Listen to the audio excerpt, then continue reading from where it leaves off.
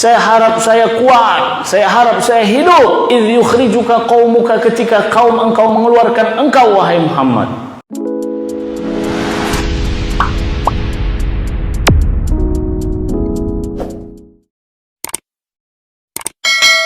Turunnya wahyu kepada Rasulullah sallallahu alaihi wasallam. Bapak Ibu yang dimuliakan Allah, sebelum turun wahyu ada beberapa hal yang terjadi pada Nabi Muhammad sallallahu alaihi wasallam, dan ini disampaikan oleh Sayyidah Aisyah. Awwalu ma budi'al wahyu ar-ru'ya as-salihah. Awal sebelum turun wahyu, maka Rasulullah bermimpi, dan mimpinya ini disebut dengan ar-ru'ya. Ar-ru'ya artinya mimpi. As-salihah, as-salihah baik. Jadi mimpi-mimpi baik yang selalu Rasulullah sallallahu alaihi wasallam lihat di dalam tidurnya. Itu awal-awal sebelum turun wahyu. Contoh daripada mimpi yang baik itu adalah, ataupun ciri daripada mimpi yang baik itu adalah ketika kita bangun hati kita lapang. Bumi ini seakan tersenyum dengan kita. Ya, suasana terasa cerah semuanya. Itu mimpi yang baik. Di awal-awal sebelum wahyu, Rasulullah sallallahu alaihi wasallam disampaikan oleh Sayyidah Aisyah mimpi yang baik. Hingga habbaba ilaihil khala. Lalu kemudian Rasulullah ingin berada dalam kesendirian, khala, ingin berada dalam kesendirian, yaitu melakukan perjalanan ke Gua Hira. Ya. Habbaba ilaihil khala. Rasulullah ingin untuk menyendiri, maka Rasulullah dipersiapkan bekal oleh Siti Khadijah, istri tercantik, istri yang mulia, istri yang berbakti kepada suami. Maka dibawalah bekal ini naik ke Gua Hira. Rasulullah sallallahu alaihi wasallam yata'abbad, atau bahasa dalam sirah itu yatahannath. Yatahannath itu artinya beribadah. Karena jika kita berada di Gua Hira, pernah ada yang sampai di Gua Hira, ada lubang itu, kita bisa melihat Ka'bah di situ. Di situ juga terlihat bumi, di situ juga terlihat langit. Jadi Nabi Muhammad sallallahu alaihi wasallam berada di situ. Hatta ja'ahul haq.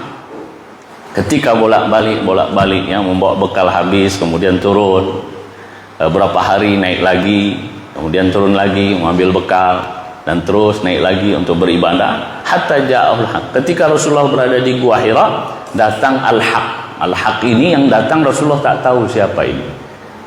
Ya Bapak Ibu ya.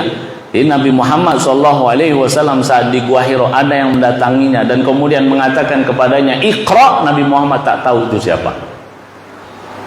Kita aja yang tahu karena kita pernah mempelajari sirah ini. Oh, itu malaikat Jibril. Iya, karena kita tahu setelah kita belajar. Namun Rasulullah saat itu tidak tahu.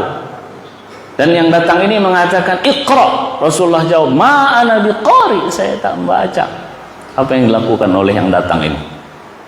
Fa'akhadhani, maka yang datang ini mengambil saya. Kalau bahasa kita terjemahkan Indonesia boleh menarik saya. Faghattani, dan mendekap saya.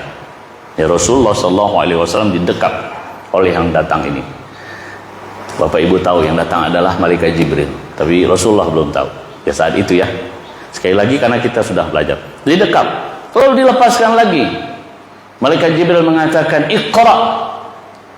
Rasulullah jawab, ma ana biqari, saya enggak bisa baca.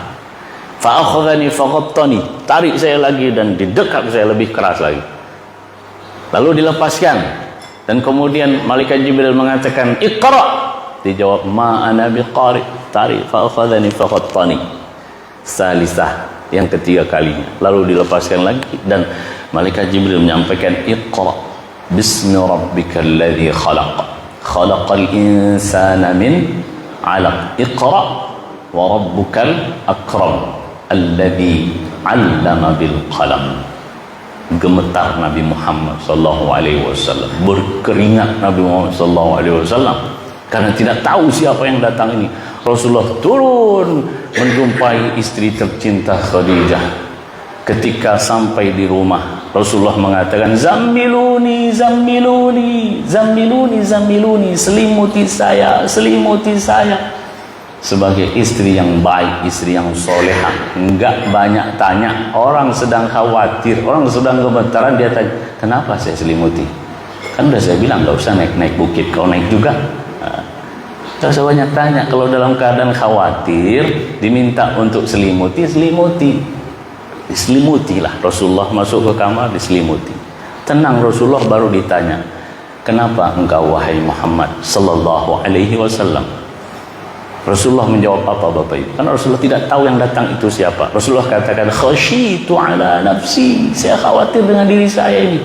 Nggak tahu saya siapa yang datang menyampaikan hal ini, begini. Seorang istri yang baik menenangkan, lalu kemudian meneguhkan. Apa kata Siti Khadijah ketika Rasulullah menyampaikan kekhawatirannya?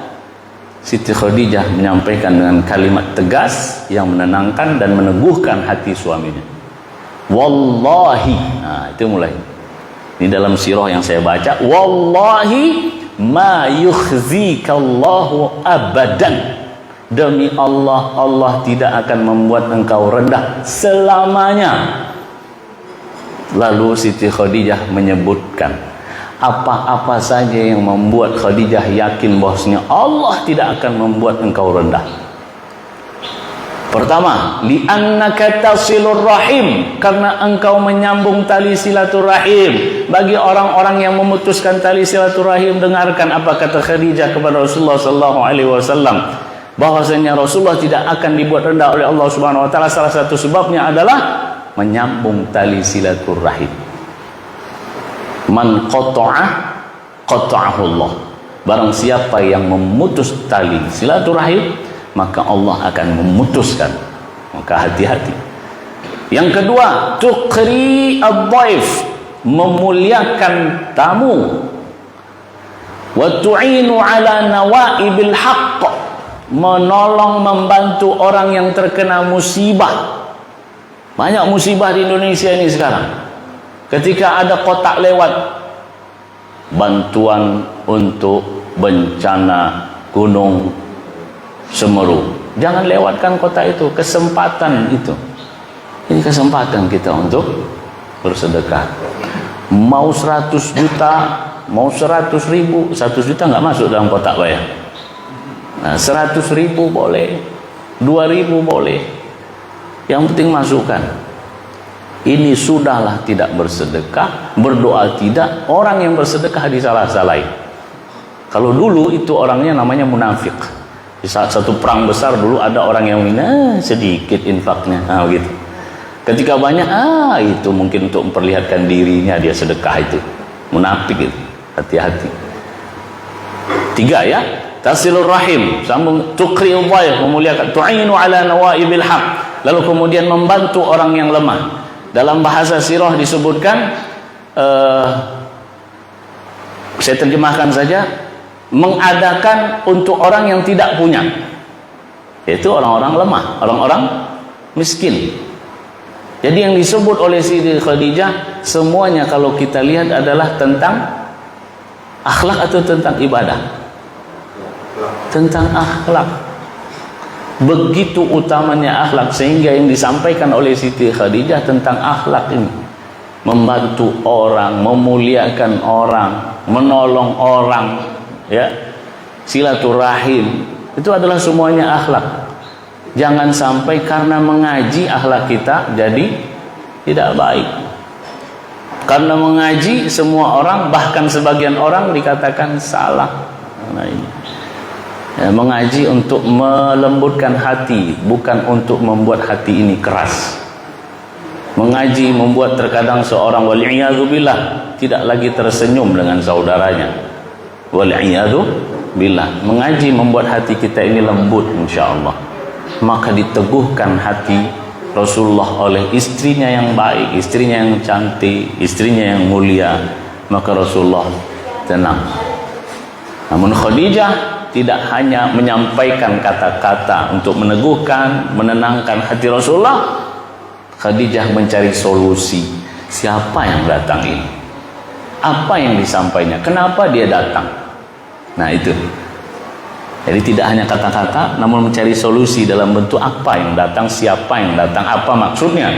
Maka Siti Khadijah membawa Rasulullah untuk berjumpa dengan anak pamannya, ya, Ibnu Am, bahasa Arabnya Ibnu Am. Siapa dia? Waraqah bin Naufal. Waraqah bin Naufal bukan paman Khadijah, namun anak paman Khadijah.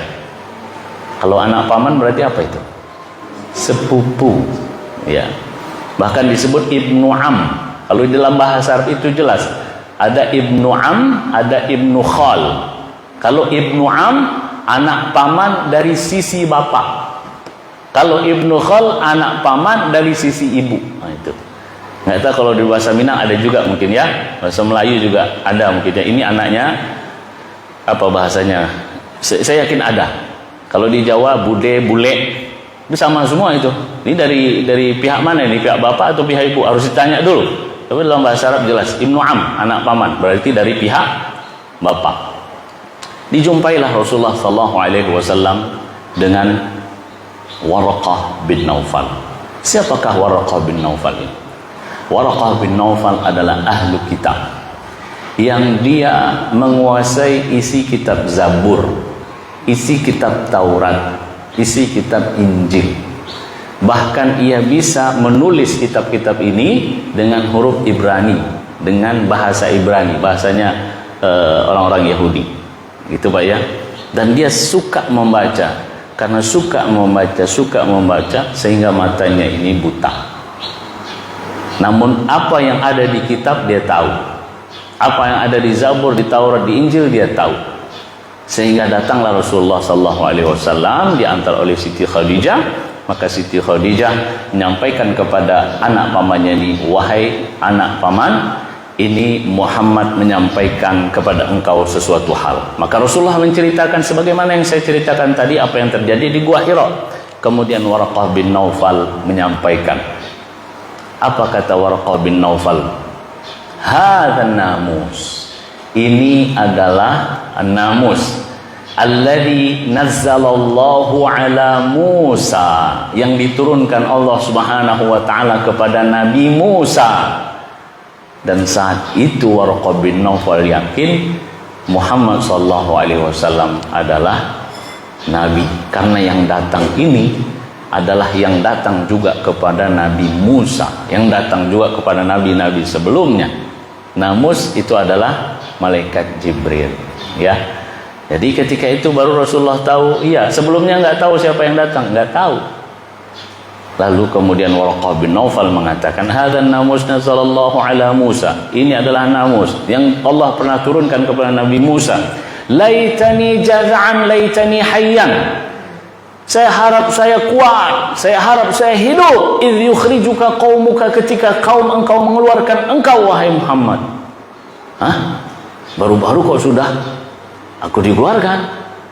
Rasulullah kaget Pak. Dan Rasulullah bertanya, awa mukhrijiyahum, kan harapan dari orang yang Waraqah bin Naufal tua kemudian buta, namun ia berharap dia masih kuat, dia mengharap dia masih hidup saat Nabi Muhammad dikeluarkan, diusir. Kapan itu? Hijrah itu diusir. Nabi Muhammad SAW dan para sahabat yang beriman kepada Allah dan Rasulnya diusir. Lil fuqara'il muhajirin alladzina ukhriju min diyarihim. Untuk orang-orang fuqara dari kalangan muhajirin yang mereka dikeluarkan dari rumah mereka dan dari harta mereka, dikeluarkan, diusir. Maka Rasulullah SAW nanti akan saya sampaikan juga saat perjalanan hijrah. Rasulullah ketika keluar kemudian menghadap ke Makkah dan mengatakan, innaki ahabbul biladi ilayya laula anna ahlaki akhrajuni ma kharajtu. Sesungguhnya engkau Mekah adalah kota yang aku cintai. Kalaulah tidak penduduk mengusirku, aku tidak akan keluar. Nabi Muhammad diusir. Jadi sudah disampaikan oleh Waraqah bin Naufal ketika Nabi Muhammad mendapat wahyu. Maka Rasulullah kaget. Awa mukhrijiyahum, apakah mereka kaum saya itu akan mengeluarkan saya? Dijawab oleh Waraqah bin Naufal, tidak ada orang yang mendapatkan seperti apa yang engkau dapatkan kecuali ia akan, saya bahasakan Arab dulu, rudia. Rudia itu artinya dimusuhi. Tidak ada orang yang mendapatkan seperti apa yang kau dapatkan ini kecuali ia akan dimusuhi. Nabi dimusuhi yang membawa risalah dakwah. Para ulama yang membawa risalah dakwah Rasulullah akan menghadapi ini, dan ini adalah sunnah hayah. Jadi nggak heran ya Bapak Ibu ya, ketika sebagian ulama ada yang dimusuhi karena ini sudah pernyataan yang disampaikan oleh Waraqah bin Naufal yang menguasai kitab. Karena perjalanan para nabi seperti itu. Bahkan ada orang yang mengatakan ketika seseorang pendakwah, seorang ulama mendapatkan cobaan dalam dakwahnya, maka itu awal langkah dakwahnya. Bayangkan itu, dapat cobaan baru awal langkah. Jadi selama berdakwah itu belum dianggap berdakwah. Itu bagi orang yang punya semangat dakwah yang kuat. Itu pernyataan daripada Waraqah bin Naufal, kesimpulan dari kitab-kitab yang dia baca. Dan Rasulullah SAW mendengarkan, berarti ini adalah malaikat Jibril. Nabi Muhammad diangkat sebagai Nabi dan Rasul, dan dia siap-siap untuk menghadapi permusuhan dari dakwah yang akan disampaikan nanti. Harapan seorang tua yang buta dia hidup, maksudnya di sini adalah hendaknya anak-anak muda lah yang mengharap dia kuat, dia hidup membela dakwah ini. Ketika orang tua seperti itu saja mengharap, bukan mengharap kemenangan, bukan mengharap hidup di saat kemenangan, namun mengharap hidup saat mendapatkan ujian dan cobaan. Padahal dia sudah tua. Ya. Bisa kan orang tua mengatakan, saya harap saya masih kuat, saya harap saya masih hidup saat engkau diberi kemenangan oleh Allah Subhanahu Wa Taala. Ini tinggal enaknya aja namanya. Tapi harapannya adalah mendapatkan cobaan. Padahal itu tua. Hendaknya yang muda lebih daripada itu. Harapan ini tidak Allah kabulkan. Maksudnya Waraqah bin Naufal beberapa hari sesudah itu meninggal.